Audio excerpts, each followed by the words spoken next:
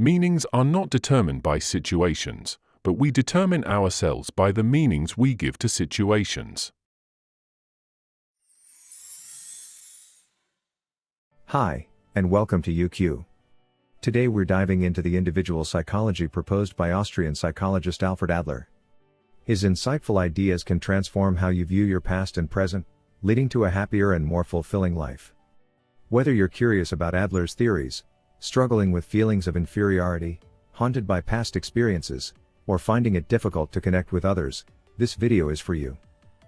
Alfred Adler is often mentioned alongside Freud and Jung as one of the giants of psychology. While Adler's ideas can sometimes be challenging to understand, they offer valuable insights that are particularly relevant for today's world. In this video, we aim to make his psychology accessible and practical so you can easily apply these concepts to your own life. We'll start with a brief introduction to Alfred Adler, then explore his individual psychology by focusing on three key aspects: moving beyond the past, overcoming feelings of inferiority, and fostering healthy relationships. Let's get started. Alfred Adler was born in 1870 into a Jewish family as the second of 7 children. He was a bright and sociable child who got along well with everyone. However, at one point, he developed rickets, a bone disease, which left him unable to move freely. Seeing his siblings play outside while he couldn't join them made him feel a deep sense of inferiority. Tragedy struck when his younger brother died of diphtheria, and Adler himself nearly died from pneumonia. These early life challenges spurred his interest in medicine, leading him to pursue a career as a physician. Adler graduated from the University of Vienna Medical School in 1895 and initially worked as an ophthalmologist before opening a clinic in a poor area, where he practiced general medicine. The clinic's proximity to an amusement park meant he treated many circus performers and acrobats who earned their living through physical feats. Adler noticed that many of these individuals, who had once been weak or ill, overcame their physical limitations through extraordinary effort and turned their weaknesses into strengths. This observation led him to believe that physical disabilities do not necessarily lead to feelings of inferiority. Adler's entry into the field of psychiatry was influenced by Sigmund Freud, the founder of psychoanalysis. In 1900, Freud published a controversial book that Adler publicly supported by writing to a newspaper. Freud, impressed by this support, invited Adler to join his discussion group, which later became the Vienna Psychoanalytic Society. In 1910, Adler was elected president of this society. However, Adler and Freud eventually grew apart due to differences in their theories and beliefs. In 1911, Adler left the Vienna Psychoanalytic Society and founded a new group. He strongly disliked being called a disciple of Freud and was known to react angrily when referred to in that way. For Adler, human relationships should be equal, not hierarchical. During World War I, he served as a military doctor, treating soldiers who were physically injured or psychologically scarred. This experience led him to develop the concept of community feeling or social interest, which emphasizes the importance of social connections for mental health. Unlike Freud, who believed humans were driven by destructive instincts, Adler saw that soldiers acted out of desperation in extreme situations, not out of innate aggression. After the war, Austria faced widespread poverty and social issues, prompting Adler to focus on education and establish counseling centers. These centers not only treated patients but also trained teachers, doctors, and other professionals. Through these efforts, Adler's ideas gained global recognition, and he began lecturing widely. In 1932, Adler moved to the United States, where he became a professor at Long Island Medical College and published his influential book, What Life Should Mean to You. This work serves as an introduction to Adlerian psychology, covering topics like education, family, and relationships. In this video, we'll focus on the aspects of Adler's psychology that are particularly relevant to the challenges we face today. So, let's dive into the core concepts of Adlerian psychology. The first theme we're exploring is thinking beyond the past. Adler emphasized that humans live in a realm of meaning. This means we don't experience reality as it is, rather, we experience it as something we've interpreted. In other words, everyone gives their own unique meaning to the world they live in. For example, Adler himself was a cheerful person who spent his childhood surrounded by friends. This experience led him to see the world as a place where people naturally connect and cooperate. However, not everyone who has similar experiences will interpret them the same way.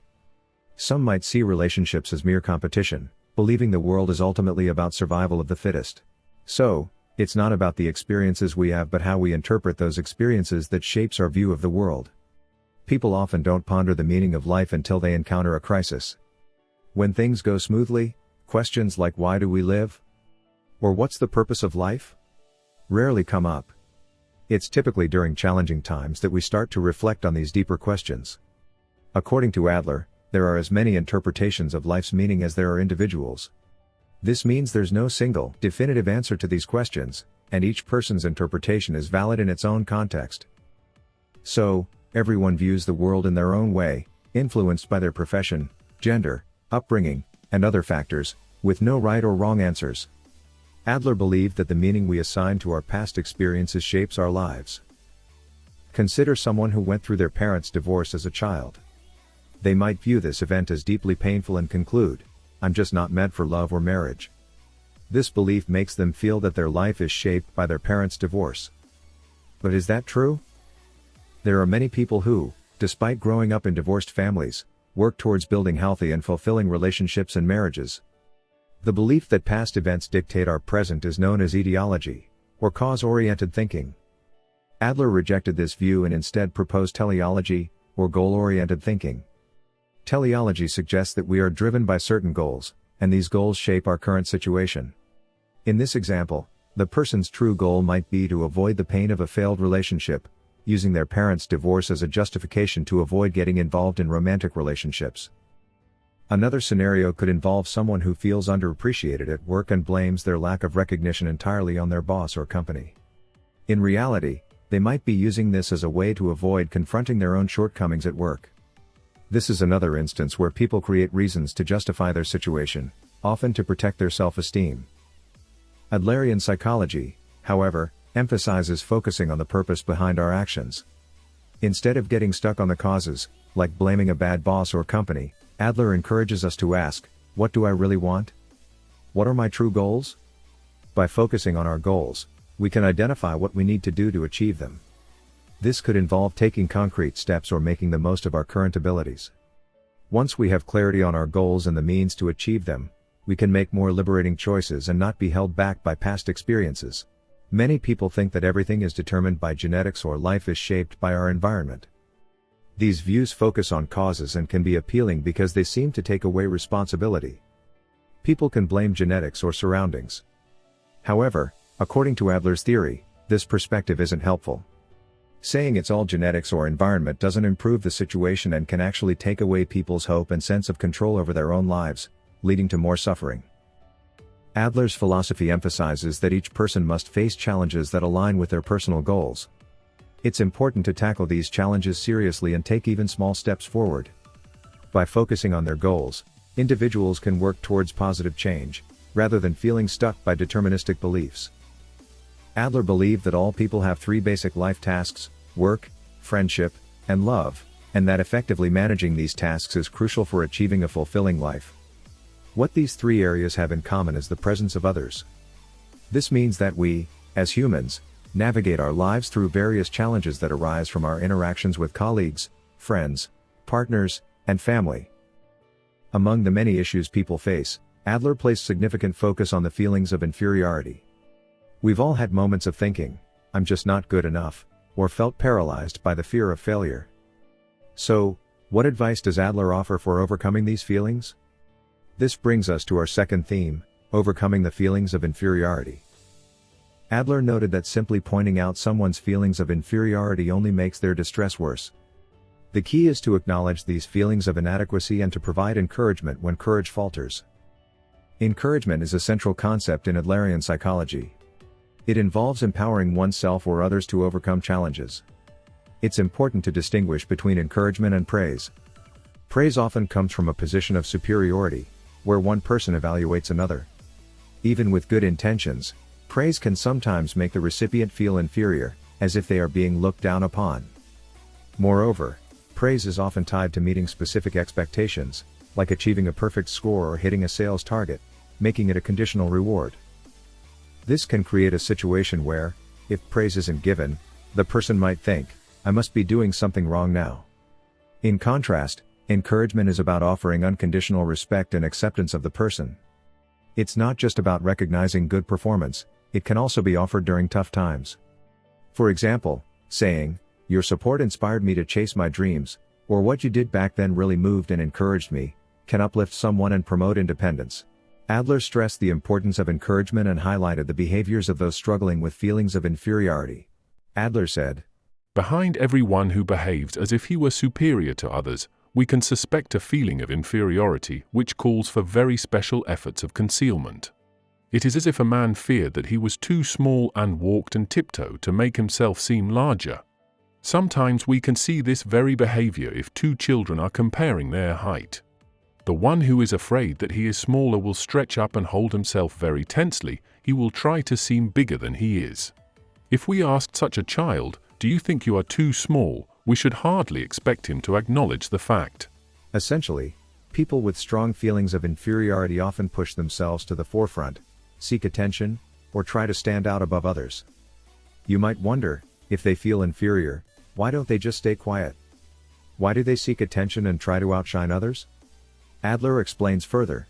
Inferiority feelings are in some degree common to all of us, since we all find ourselves in positions which we wish to improve. If we have kept our courage, we shall set about ridding ourselves of these feelings by the only direct, realistic and satisfactory means, by improving the situation. No human being can bear a feeling of inferiority for long. He will be thrown into a tension which necessitates some kind of action. But suppose an individual is discouraged, suppose he cannot conceive that if he makes realistic efforts, he will improve the situation. He will still be unable to bear his feelings of inferiority, he will still struggle to get rid of them, but he will try methods which bring him no farther ahead. His goal is still to be superior to difficulties, but instead of overcoming obstacles he will try to hypnotize himself, or auto-intoxicate himself, into feeling superior. Meanwhile, his feelings of inferiority will accumulate, because the situation which produces them remains unaltered. The provocation is still there. Every step he takes will lead him farther into self-deception, and all his problems will press in upon him with greater and greater urgency. In Adler's view, an inferiority complex involves a subjective feeling of being less than others, and it's something everyone experiences to some degree. The real issue lies in how we handle our feelings of inferiority. Problems arise when excessive feelings of inferiority or a desire for superiority lead to an inferiority complex or a superiority complex. An inferiority complex, in simple terms, is using feelings of inferiority as an excuse to avoid life's challenges. For example, telling yourself, "I'll never earn more because of my lack of education," or "I can't form good relationships because of my upbringing," are ways of escaping responsibility. It's not a problem to have feelings of inferiority if they motivate you to improve your life. However, for many people, this is easier said than done because confronting one's inferiority requires courage and resolving issues often demands significant time and effort. As a result, some people try to relieve this pressure more easily, leading them towards a superiority complex. A superiority complex is essentially a coping mechanism where someone pretends to be superior to others to mask their feelings of inferiority. This can manifest as boasting about one's achievements, flaunting a seemingly perfect life or career, or using their advantages in education, income, or knowledge to belittle others. According to Adler, such behaviors are inappropriate ways of dealing with an inferiority complex and can actually make the problem worse. The key is to become aware of your feelings of inferiority and understand their origins. Then, you should channel those feelings in a positive direction that aligns with your goals and tasks, making even small steps forward. Adler emphasized the following point: inferiority feelings themselves are not abnormal. In fact, they are what has driven humanity to progress. Why has science advanced so much?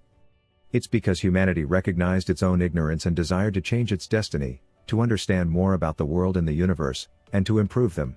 So how can we overcome the feelings of inferiority or misguided desires for superiority? First, we must acknowledge that the pursuit of superiority is a universal drive. It has motivated everyone and contributed to our culture. However, the only people who can truly confront and overcome life's challenges are those who show a tendency to enrich the lives of others and move forward in a way that benefits everyone. Adler believed that all humans have a universal desire to become better versions of themselves. When this desire is directed positively, it brings us closer to our ideals.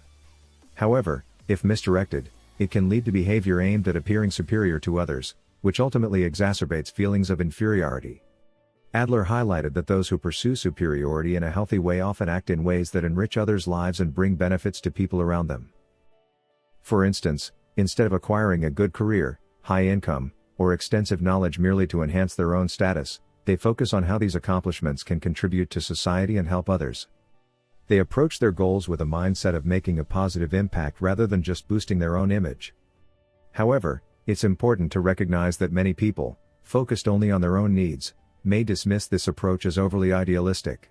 This brings us to our third theme, the courage to engage in interpersonal relationships.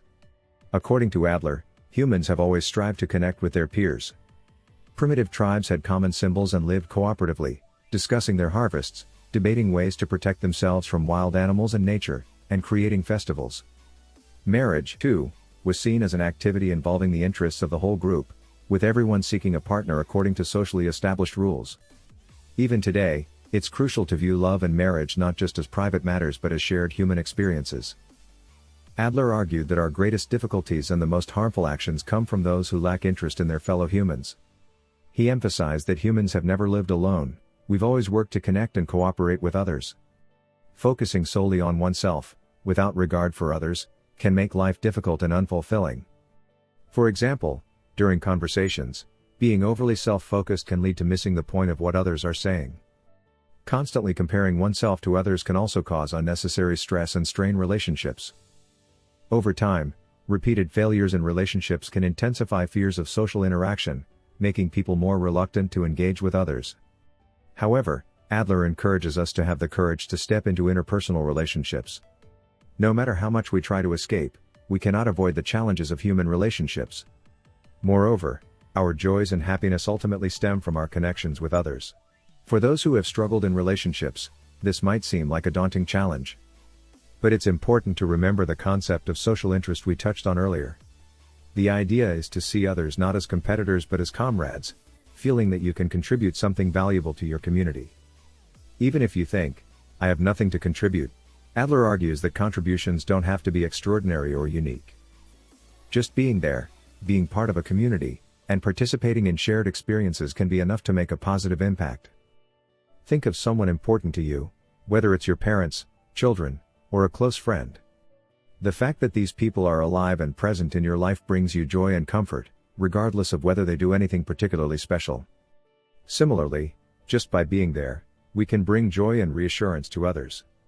Keeping this perspective in mind can help you overcome feelings of worthlessness and approach others with the same understanding, giving you the courage to engage in relationships.